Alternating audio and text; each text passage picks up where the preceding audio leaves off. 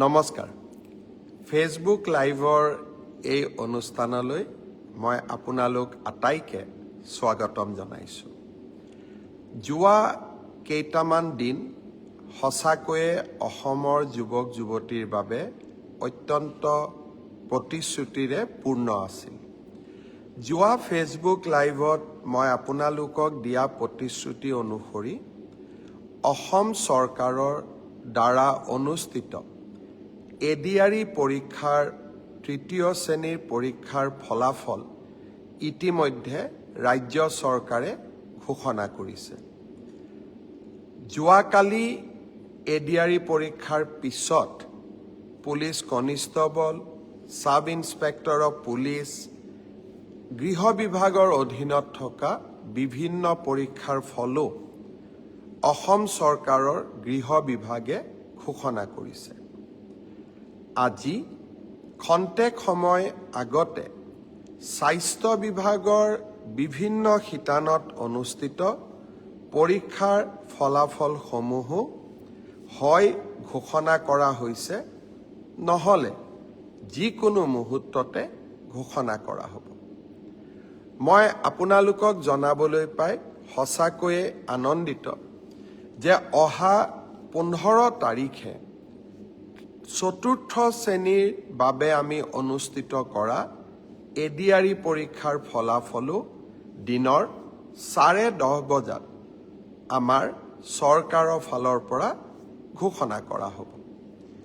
আৰু এই প্ৰক্ৰিয়াকে আগুৱাই লৈ গৈ 15, 16, 17 এই যিকোনো এটা দিনত post graduate teacher, graduate teacher তাৰো ফলাফল আমি ঘোষণা কৰিম। আৰু শেষত আমি প্ৰাথমিক শিক্ষা বিভাগৰ বাবেও শিক্ষক শিক্ষয়িত্ৰীৰ পৰীক্ষাৰ ফলাফল আমি ঘোষণা কৰিম। অৰ্থাৎ অক্টোবৰ মাহৰ ভিতৰত অসমৰ 35,000 নিবনুৱা যুৱক যুৱতীয়ে কৰ্ম সংস্থাপন পাবলৈ সক্ষম হ'ব। যোৱাকালি পৰহিৰ দ্বাৰা মই নিবনুৱা যুৱক যুৱতীসকলক যিসকল পৰীক্ষাত উত্তীৰ্ণ হৈছে তেখেতসকল চাই আছিলোঁ। প্ৰত্যেকৰে নিজৰ জীৱনৰ সহজ সৰল জীৱনৰ কাহিনী এটা আমাৰ আগত বৰ্ণনা কৰিছে আৰু কেনেকে চৰকাৰৰ পৰা লাভ কৰা চাকৰিটোৱে আৰু তেখেতসকলৰ পিতৃ মাতৃৰ চকুত যি এক আনন্দৰ পোহৰ আমি সকলোৱে দেখা পাইছোঁ, সি সঁচাকৈ আমাক আনন্দিত কৰিছে। যোৱা নিৰ্বাচন ৰাইজক প্ৰতিশ্ৰুতি দিছিলোঁ যে আমাৰ যদি চৰকাৰ আহে, মই অলপ বেছিকৈ কৈছিলোঁ যে গন্তি কৰি কৰি 1 লাখ ল'ৰা ছোৱালীক চৰকাৰী চাকৰি দিম। কংগ্ৰেছ দলে মোক হাঁহিছিলে আৰু আমাৰ দলৰ ভিতৰতো চিন্তা আছিলে যে হিমন্ত বিশ্ব শৰ্মাই এই কথাখিনি কিয় ক'লে, আমাৰ দলটো পিছত বিপদত পৰিব। কিন্তু আজি আমি 1 লাখ নিযুক্তিৰ যি আমাৰ প্ৰতিশ্ৰুতি আছিল, সেই প্ৰতিশ্ৰুতি আমি নিজৰ প্ৰতিশ্ৰুতি নিজেই ভংগ কৰিলোঁ আৰু 2 লাখ নিযুক্তিৰ ফালে ধাৱমান হৈছোঁ। আমি অসমৰ নিবনুৱা যুৱক যুৱতীক দিয়া প্ৰতিশ্ৰুতি পূৰ্ণভাৱে পালন কৰিবলৈ পাই সঁচাকৈয়ে মই আনন্দিত। পৰম পিতাক ভগৱানক মই ধন্যবাদ কৃতজ্ঞতা জনাইছোঁ যে নেদেখাজনৰ অফুৰন্ত আশীৰ্বাদত আমি আৰু এটা মহান কাম সম্পাদন কৰিবলৈ সক্ষম হ'লোঁ। মোৰ লক্ষ্য ইয়াৰ পৰা আমি থমকি ৰ'ব নালাগিব। অহা 5 বছৰত আমি আৰু কিমান ল'ৰা ছোৱালীক চৰকাৰী চাকৰি দিব পাৰিম তাৰ পৰিকল্পনা মই ইতিমধ্যে আৰম্ভ কৰিছোঁ। বিভিন্ন বিভাগৰ লগত কথা বতৰা পাতিছোঁ যে অহা 5 বছৰত আমি 2 লাখতকৈও অধিক ল'ৰা ছোৱালীক চৰকাৰী চাকৰি দিব পাৰিম নে নোৱাৰিম। অৰ্থাৎ মোৰ লক্ষ্য যে অসমৰ নিবনুৱা যুৱক যুৱতীয়ে কেতিয়াও আশাহত হ'ব নালাগে। তেখেতসকলৰ আশাবোৰ পূৰ্ণ কৰাৰ বাবে আমি আমাৰ আকাংক্ষিত লক্ষ্য যি আমি সন্মুখত ৰাখিছিলোঁ সেই পথেৰে আমি কাম কৰি গৈ থাকিম। নৱেম্বৰ মাহৰ শেষৰ ফালে পুলিচৰ নিযুক্তিৰ বাবে আৰু কেইবা হাজাৰো পদ আমি মুকলি কৰি দিম। আজি যিসকলে পুলিচত চাকৰি মই অনুৰোধ কৰিম নৱেম্বৰত আপোনালোকে আকৌ আবেদন কৰিব, যাতে আপোনালোকৰ আশাবিলাক আমি বাস্তৱত ৰূপায়ণ কৰিব পাৰোঁ। প্ৰাথমিক শিক্ষাৰো 5,000 পদৰ নিযুক্তিৰ প্ৰক্ৰিয়া সম্পূৰ্ণ হৈ যোৱাৰ লগে লগে বাকী থকা 4,000 পদৰো নিযুক্তিৰ প্ৰক্ৰিয়া আমি আৰম্ভ কৰিম। অৰ্থাৎ অসমৰ যুৱক যুৱতীৰ সপোনবিলাক পূৰণ কৰিবলৈ আমি আমাৰ প্ৰচেষ্টা অব্যাহত ৰাখিম। ইয়াৰ মাজতে আজি ৰাতিপুৱা আমি এটা সুন্দৰ নতুন আঁচনি আৰম্ভ কৰিছোঁ। আঁচনিটোৰ নাম হ'ল CM ফ্লাইট। ফ্লাইট মানে বিমান নহয়, কিন্তু CM ফ্লাইট হ'ল এনে এখন আঁচনি যাৰ দ্বাৰা আমি অসমৰ ল'ৰা ছোৱালীয়ে যাতে জাপানলৈকে গৈ, জাৰ্মানীলৈকে গৈ, সাউথ কোৰিয়ালৈকে গৈ চাকৰি কৰিব পাৰে, তাৰ বাবে আন এখন দুৱাৰ মুকলি কৰি দিয়া। এডভান্টেজ অসম দ্বিতীয়ৰ সময়ত জাপানৰ লগত আমি এখন বুজাবুজি চুক্তি স্বাক্ষৰ কৰিছিলোঁ। উদ্দেশ্য আছিল অসমৰ 50,000 ল'ৰা ছোৱালীক আমি জাপানত নিযুক্তি দিয়া, কৰ্ম সংস্থাপন দিয়া। জাপানত এটা চাকৰিত, সাধাৰণ চাকৰি, ড্ৰাইভাৰ হ'ব পাৰে, নাৰ্ছিং কেয়াৰ হ'ব পাৰে, অফিচত কাম কৰিবলৈ কম্পিউটাৰ অপাৰেটৰ হ'ব পাৰে, বা ছফ্টৱেৰত কাম কৰা আমাৰ ডেকা ল'ৰা ছোৱালী হ'ব পাৰে। তেওঁলোকৰ মাহিলী দৰমহা হ'ল 2 লাখ টকা। আৰু এই 2 লাখ টকা দৰমহা দিব পৰা 50,000 ল'ৰা ছোৱালী জাপান চৰকাৰে অসমৰ পৰা লৈ যাব বিচাৰে। তাৰ বাবে আমি কি কৰিব লাগিব? তাৰ বাবে আমি জাপানৰ ভাষাটো শিকিব লাগিব, জাপানিজ লেংগুৱেজ আমি শিকিব লাগিব। আজি ৰাতিপুৱা গুৱাহাটীত আমি জাপানিজ লেংগুৱেজ ট্ৰেইনিং চেণ্টাৰটো আৰম্ভ কৰিলোঁ। ইয়াৰ বাবে এই গোটেই লেংগুৱেজ ট্ৰেইনিং পাবৰ বাবে এজন ল'ৰাই বা এগৰাকী ছোৱালীয়ে 1,80,000 টকা ফিজ দিব লাগে। ইমান ফিজটো আমাৰ ল'ৰা ছোৱালীয়ে দিব নোৱাৰে। তাৰ কাৰণে আমি সিদ্ধান্ত লৈছোঁ যে 1,80,000 টকাৰ 1 লাখ টকা ৰাজ্য চৰকাৰে দিব। জাপান চৰকাৰেও 50,000 টকা দিব। তাৰ মানে নিবনুৱা যুৱক যুৱতীগৰাকীয়ে কিমান দিব লাগিব? মাত্ৰ 30,000 টকা দিব লাগিব। আৰু এই 30,000 টকাও এক্সিছ বেংকে ঋণ হিচাপে দিবলৈ সাজু হৈ আছে। মই ছাত্ৰ ছাত্ৰীসকলক অনুৰোধ কৰিম যে আপোনালোকে যিসকলে ভাবে যে আমি জাপানলৈ গৈ চাকৰি কৰিম, আমাৰ পৰিয়ালটোৰ গোটেই অৰ্থনৈতিক ভেটি আমি পৰিৱৰ্তন কৰিম, আৰু যিসকলে এই প্ৰত্যাহ্বান ল'ব বিচাৰে তেওঁলোকক মই অনুৰোধ কৰিম, অহা কালিৰ পৰা আমি ক'ত আবেদন কৰিব লাগে, কেনেকৈ কৰিব লাগে, টিভিসমূহতো দিম, মোৰ সামাজিক মাধ্যমতো দিম, আৰু বাতৰি কাকততো দিম। আপোনালোকে জাপানিজ লেংগুৱেজ যিটো আমাৰ ট্ৰেইনিং চেণ্টাৰ আমি কৰিছোঁ, তাত আপোনালোকে যোগদান কৰক।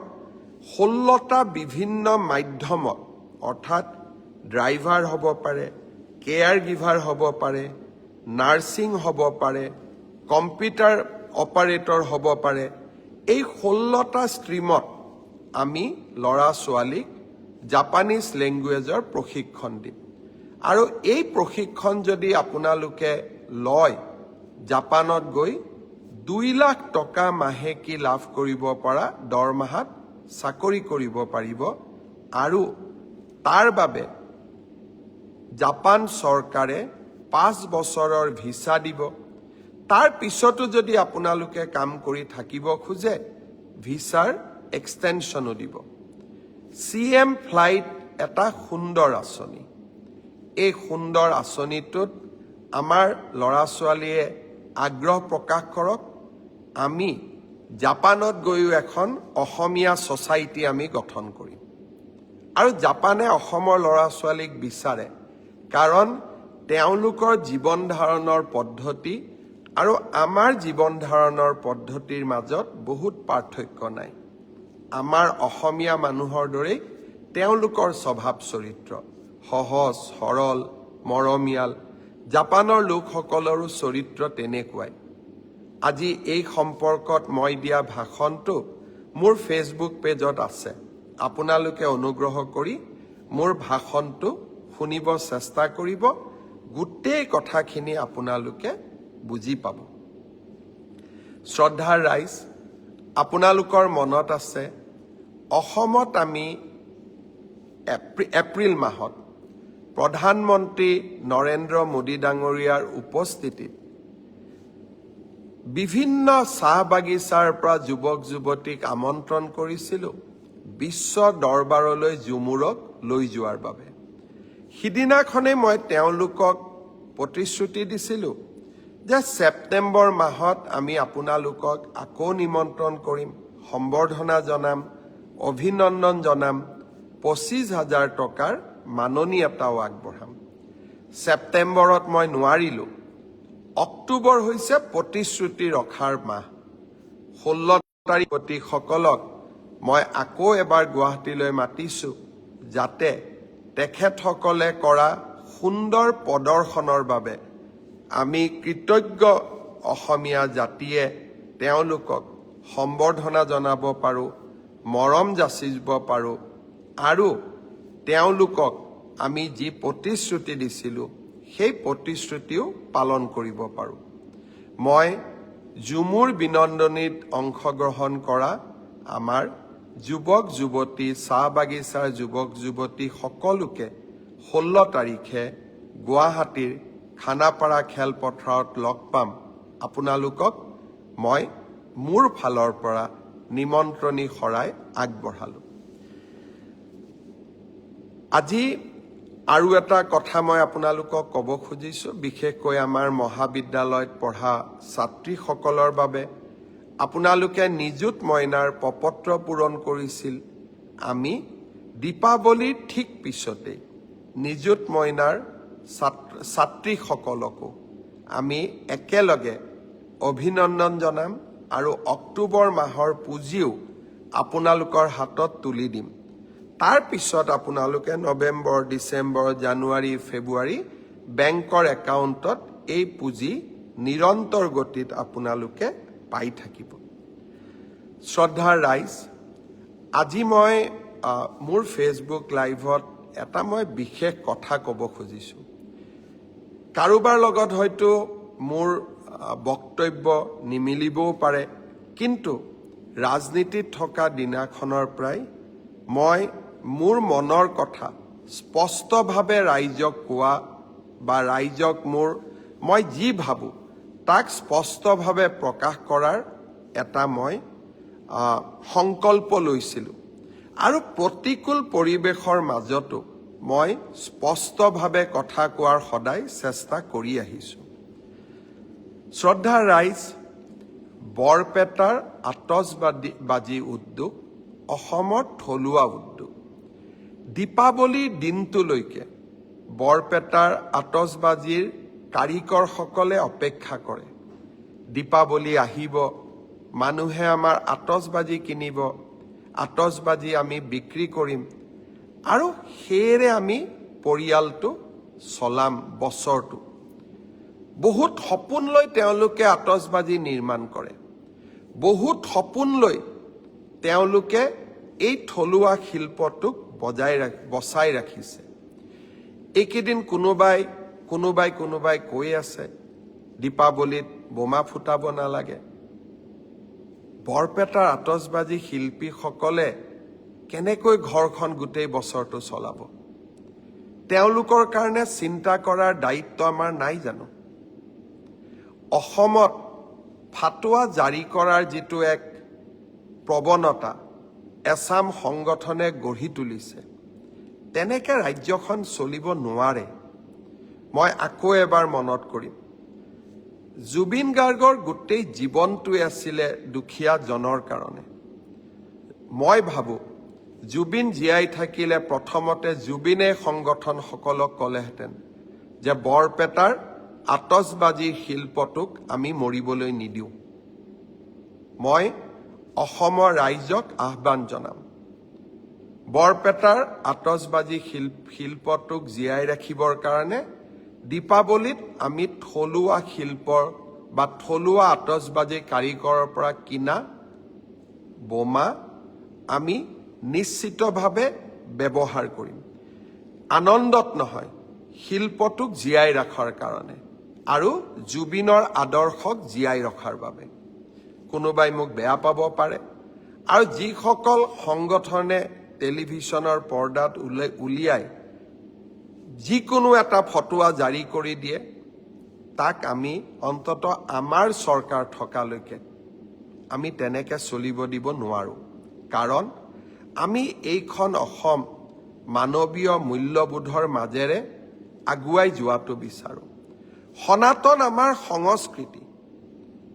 দীপাৱলী অতীজৰে পৰা আমি পালন কৰি আহিছোঁ। বোমা ফুটাব লাগে নালাগে মই নকওঁ, কিন্তু দীপাৱলীও পালন নকৰোঁ যদি, তেতিয়াহ'লে আমি বৰদিনো পালন নকৰিম।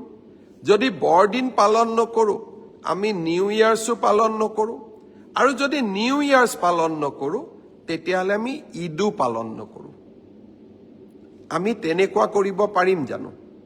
আৰু সেইকাৰণে মই অসমবাসী ৰাইজক আহ্বান জনাম, আমাৰ সভ্যতা সংস্কৃতিক আমি কোনো কাৰণতে এৰি নিদিওঁ, আৰু সভ্যতা সংস্কৃতিক আমি আগুৱাই লৈ যাম, আৰু বিনম্ৰতাৰে সৈতে আগুৱাই লৈ যাম।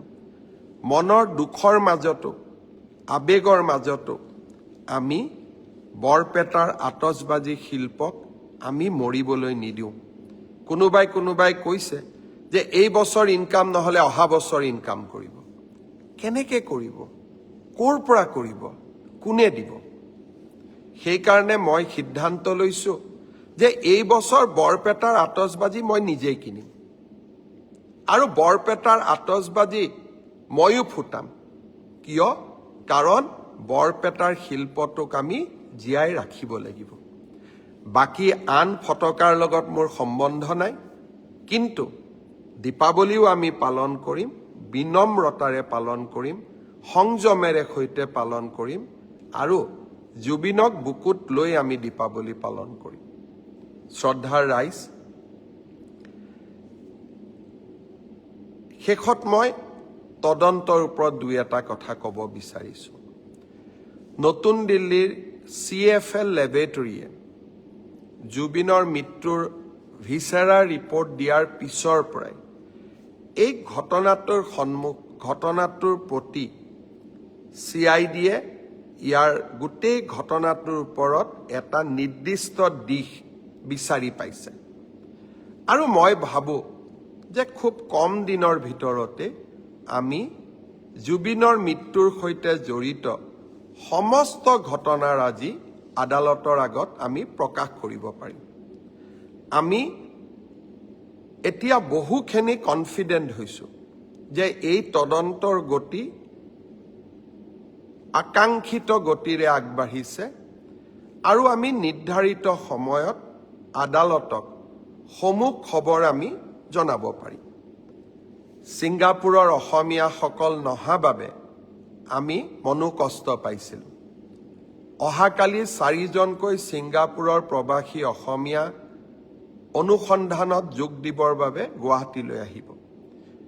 অৰ্থাৎ আগত এজন আহি গ'ল, এতিয়া 4জন আহিব, 6জন এতিয়াও বাকী থাকি যাব। মই সেই 6গৰাকী অসমীয়াক আকৌ এবাৰ ক'ম যে অসমৰ হিয়া ৰামথু, প্ৰাণৰ শিল্পী জুবিন গাৰ্গৰ মৃত্যুৰ তদন্তত সহায় কৰা আপোনালোকৰ লিগেল ৰেছপন্সিবিলিটি, আইনগত দায়িত্ব, আপোনালোকৰ মৰেল ৰেছপন্সিবিলিটি, আপোনালোকৰ নৈতিক দায়িত্ব, আৰু আপোনালোকে অসমলৈ আহিব লাগিবই। যিসকলে অসমলৈ নিজে নাহে তেওঁলোকক কেনেকৈ আনিব লাগে তাৰ বাবেও আমি আইনৰ ব্যৱস্থা ল'বলৈ কুণ্ঠাবোধ নকৰোঁ। মই আশা কৰোঁ আপোনালোকে সোনকালে আহক। আপোনালোকৰ ষ্টেটমেণ্টখিনি লোৱাৰ লগে লগে আমি আদালতক গোটেই ঘটনা অতি সোনকালে জনাবলৈ সক্ষম হ'ম। কাৰণ আকৌ এবাৰ কৈছোঁ, যোৱাকালি CFL দিল্লী ৰিপৰ্ট অহাৰ পিছত এতিয়া আমি বহুত বেছি কনফিডেণ্ট যে জুবিনক ন্যায় দিয়াৰ প্ৰক্ৰিয়া, ন্যায়ালয়ে দিব, কিন্তু ন্যায় দিয়াৰ প্ৰক্ৰিয়াক আমি ত্বৰান্বিত কৰিবলৈ এতিয়া সক্ষম। মই যেনেকৈ প্ৰথম মোৰ ফেচবুক লাইভত কৈছিলোঁ যে জুবিনৰ ঘটনাৰ সম্পূৰ্ণ তদন্ত আমি কৰিম, আমি জুবিনক ন্যায় দিয়াম।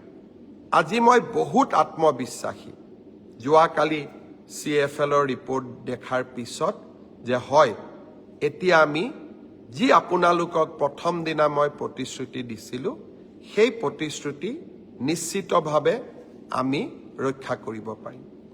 শ্ৰদ্ধাৰ ৰাইজ, এই মাহকেইটা, বিশেষকৈ ছেপ্টেম্বৰৰ পিছত এই মাহকেইটা আমি কষ্টৰ মাজেৰে পাৰ কৰিছোঁ, হয়, কিন্তু কষ্টৰ মাজতো আমি কেইটামান ভাল খবৰো পাইছোঁ।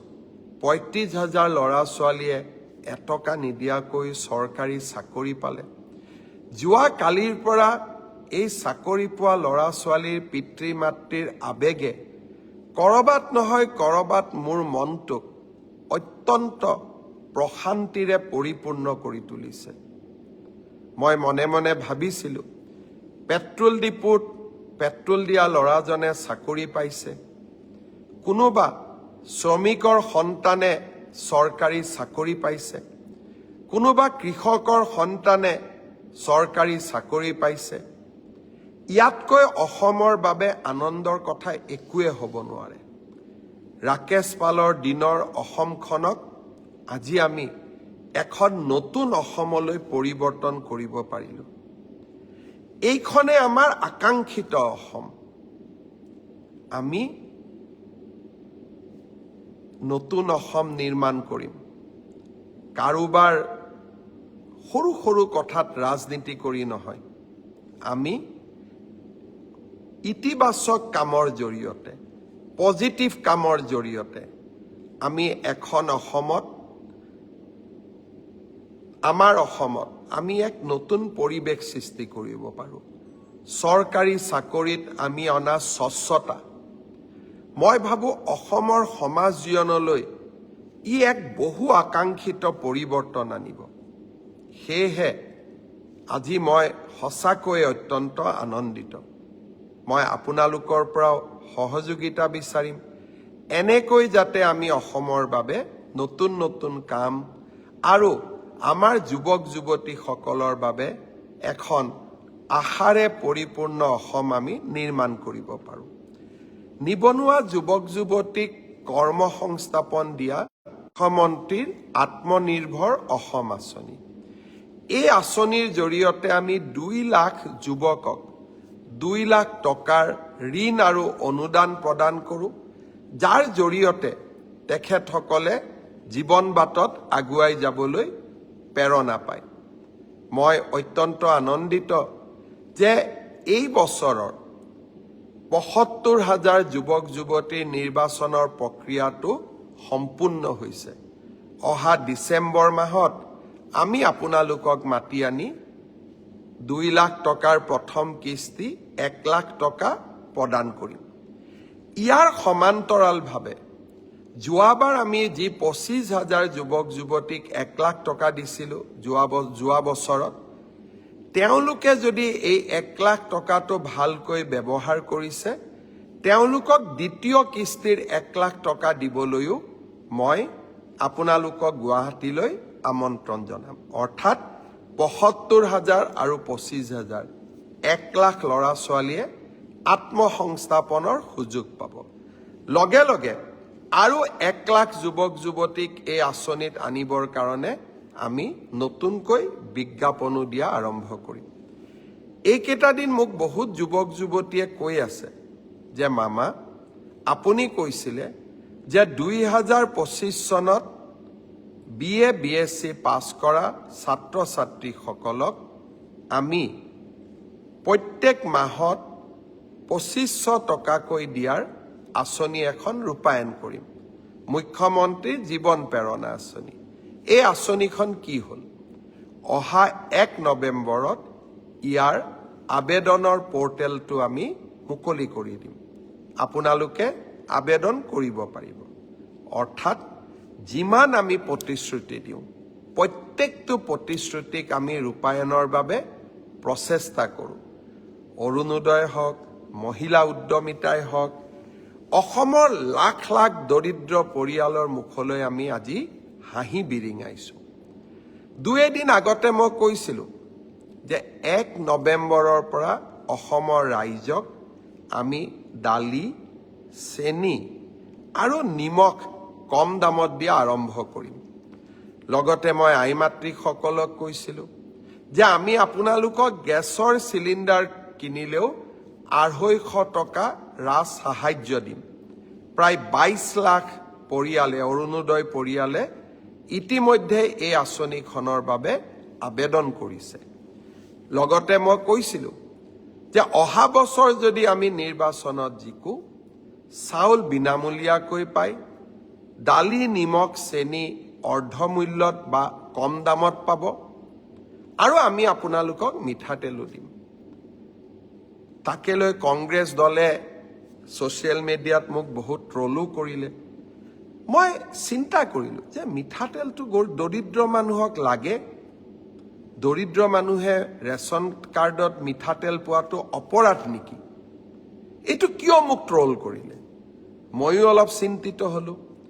তেতিয়া মোৰ মনত পৰিলে যে কংগ্ৰেছ দলৰ বৰ্তমানৰ যিগৰাকী সভাপতি, যোৰহাটৰ সাংসদ, তেওঁৰ 2টা ল'ৰা ছোৱালী ইংলেণ্ডৰ চিটিজেন, ব্ৰিটিছ চিটিজেন।